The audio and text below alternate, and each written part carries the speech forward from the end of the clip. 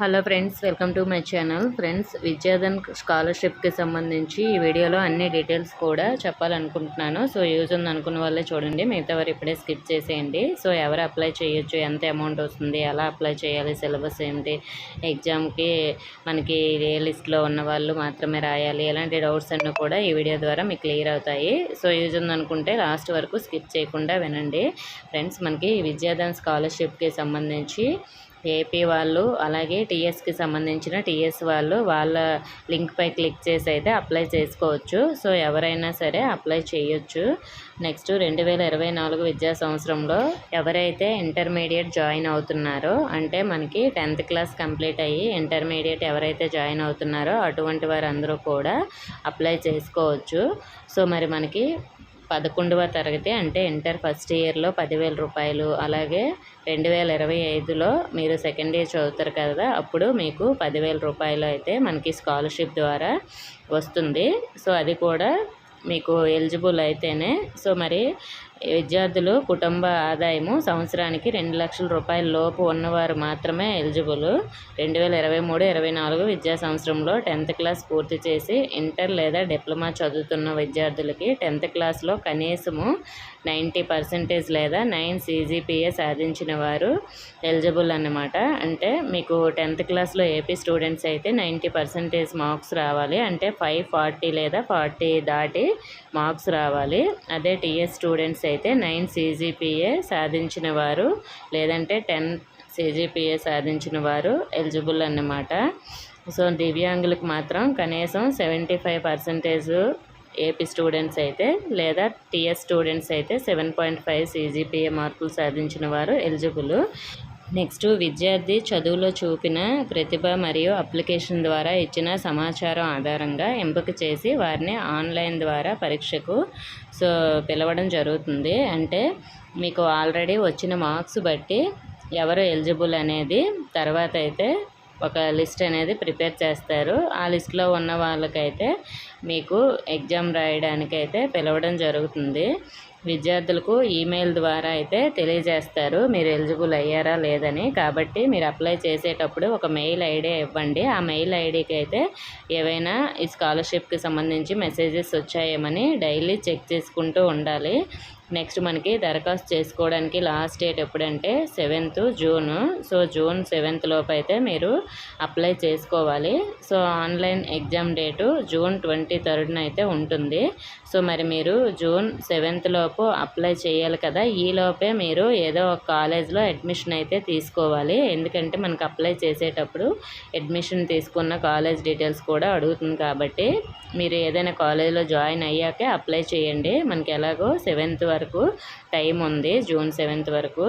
So మనకి అవసరమైన documents ఏమిటంటే మనకి 10th క్లాస్కి సంబంధించి mark sheet, original mark sheet అందుబాటులో లేని వాళ్ళు SSC లేదా CBSE లేదా ICSE వెబ్సైట్ నుండి పొందినటువంటి ప్రొవిజనల్ మార్క్ షీట్ను అప్లోడ్ చేయవచ్చు. సో నెక్స్ట్, మనకి ఫోటోగ్రాఫ్, పాస్పోర్ట్ సైజు ఫోటో అనే కూడా స్టూడెంట్ది మనం స్కాన్ చేసి అప్లోడ్ చేయాలి. నెక్స్ట్, 2024లో తీసుకున్న ఆదాయ ధృవీకరణ పత్రము మండల అధికారి ధృవీకరించినదై ఉండాలి. నెక్స్ట్, దివ్యాంగులు ప్రభుత్వ ధృవీకరణ పత్రము, ఒకవేళ విద్యార్థి దివ్యాంగుడు అయితేనే వీళ్ళ యొక్క డాక్యుమెంట్స్ కూడా అప్లోడ్ చేయాలి. నెక్స్ట్, మీకు ఇంకా దీనికి సంబంధించి ఆన్లైన్ ద్వారా ఎలా అప్లై చేసుకోవాలో నేను step by step MRS student కార్నర్లో అయితే వీడియో చేశాను, అది చూడండి. ఇంకా ఈ వీడియోలో కూడా క్లియర్గా అయితే చెప్తాను, లాస్ట్ వరకు చూడండి. సో విద్యార్థి వ్యక్తిగతంగా తన సొంత ఈమెయిల్ ఐడి అయితే కలిగి ఉండాలి. ఇంటర్నెట్ కేంద్రం లేదా ఇతరుల ఈమెయిల్ ఐడీలను అనుమతించబడవు అని అయితే ఇక్కడ క్లియర్గా ఇచ్చారు.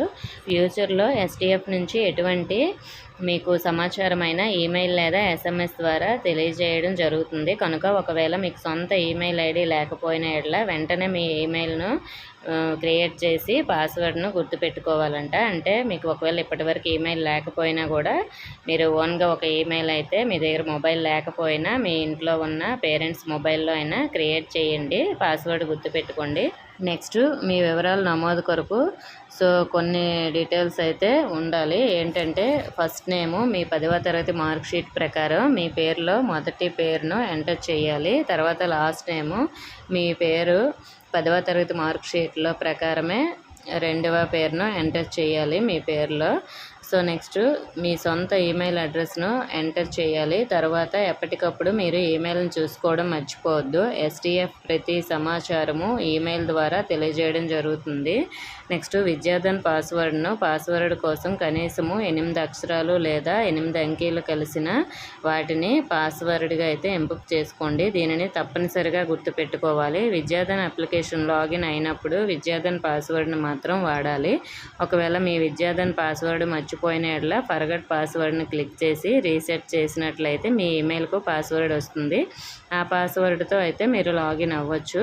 నెక్స్ట్ అప్లై నౌ పైన క్లిక్ చేసి మీ ఈమెయిల్కు మీ అకౌంటు యాక్టివేషన్ కొరకు మీకు లింక్ వస్తుంది. మీ ఈమెయిల్ను కొత్త విండోలో ఓపెన్ చేసి అందులో ఉన్న అకౌంట్ యాక్టివేషన్ మెయిల్ను ఓపెన్ చేసి యాక్టివేషన్ లింక్ పైన క్లిక్ చేయాలి. అప్పుడు విద్యాధన్ హోమ్ పేజీలో అకౌంట్ యాక్టివేటెడ్ అనే మెసేజ్ కనిపిస్తుంది. మీ ఈమెయిల్ ఐడి మరియు విద్యాధన్ పాస్వర్డ్ ద్వారా లాగిన్ అయ్యి స్టెప్ 2లో అడుగు పెడతారు. లాగిన్ అయిన తర్వాత హెల్ప్పై క్లిక్ చేసి సూచనలు చదివి కింది దాని ప్రకారము అప్లికేషన్ పూర్తి చేసి మీ డాక్యుమెంట్స్ అప్లోడ్ చేయాలి. మీ అప్లికేషన్ పూర్తి చేసిన తర్వాత ఎడిట్పై క్లిక్ చేస్తే మీ అప్లికేషన్ను ఎడిట్ చేసుకోవచ్చు. అప్లికేషన్ వివరాలు ఎంటర్ చేసిన తర్వాత సబ్మిట్పై క్లిక్ చేసి తర్వాత సబ్మిషన్ సక్సెస్ఫుల్ అని చూపిస్తుంది. అంతేకాకుండా మీ డాక్యుమెంట్స్ అండ్ పాస్పోర్ట్ సైజ్ ఫోటోను అప్లోడ్ చేసిన తర్వాతనే మీ అప్లికేషన్ అంగీకరించబడుతుందని క్లియర్గా ఇవ్వడం జరిగింది. దయచేసి మీ ఈమెయిల్ని ఎప్పటికప్పుడు చెక్ చేసుకోవడం మర్చిపోవద్దు. ఎందుకంటే STF ప్రతి సమాచారం ఈమెయిల్ ద్వారా తెలియజేయడం జరుగుతుంది. విద్యార్థులు నేరుగా ప్లే స్టోర్లో కానీ విద్యాధన్ యాప్ ద్వారా కానీ లేదా విద్యాధన్ వెబ్సైట్లో కానీ ఉచితంగా అప్లై చేసుకోవచ్చు. విద్యార్థులు ఎవరికి కూడా అప్లికేషన్ ఫీజు కట్టవలసిన అవసరం లేదని కూడా మనకి ఇక్కడ క్లియర్గా అయితే ఇచ్చారు. సో ఈ విధంగా అయితే మీరు అప్లై చేసుకోవచ్చు. ఇంకా మీకు స్క్రీన్ షాట్స్తో సహా ఫుల్ వీడియో అప్లై చేయడానికి ఎలా అవుతుందో కావాలి అనుకుంటే మనకి MRS స్టూడెంట్ కార్నర్లో అయితే నేను స్టెప్ బై స్టెప్ ఎలా అప్లై చేయాలో అన్ని డీటెయిల్స్ చెప్పాను. అందులో వీడియో ఉంటుంది చూడండి. సో ఇలా అయితే మనకి అప్లై చేసుకోవాలి. దీనికి సంబంధించిన సిలబస్ ఏమిటంటే మనకి 10th క్లాస్లో ఉన్న సిలబస్సే ఉంటుంది. కానీ NCERT బుక్స్ అనేవి మీరు స్టడీ చేయాల్సి ఉంటుంది. అది మనకి ఈ 10th క్లాస్లో వచ్చిన మార్క్స్ ఆధారంగా ఇప్పుడు మనం అప్లై చేసిన తర్వాత ఎవరు ఎలిజిబుల్ అనేది ఒక లిస్ట్ తయారు చేస్తారు. ఆ లిస్ట్లో ఉన్న వాళ్ళకే ఎగ్జామ్ కానీ లేదంటే ఇంటర్వ్యూ కానీ మనకి ఇచ్చిన డేట్స్లో కండక్ట్ చేస్తారు. అది కూడా మనకి ఈమెయిల్కే పంపిస్తారు మనం ఎలిజిబుల్ అయ్యామా ఎప్పుడు రాయాలని. సో మనం ఇవి రాసిన తర్వాత అక్కడ క్వాలిఫై అయితే మనం ఈ స్కాలర్షిప్కి అనేది ఎలిజిబుల్ అవుతాము. ఓకే ఫ్రెండ్స్, ఇంకా మీకు విద్యాధన్ స్కాలర్షిప్కి సంబంధించి ఎలాంటి డౌట్స్ ఉన్నా కూడా కామెంట్ చేయండి. ఇన్ఫర్మేషన్ నచ్చితే వీడియోని తప్పకుండా లైక్ చేసి మీ ఫ్రెండ్స్కి కూడా షేర్ చేయండి. మన ఛానల్ కొత్తగా చూస్తున్న వారు సబ్స్క్రైబ్ చేసుకుని పక్కనే ఉన్న బెల్ ఐకాన్ని ఆల్ అనే ఆప్షన్లో పెట్టుకోండి. Thank you for watching.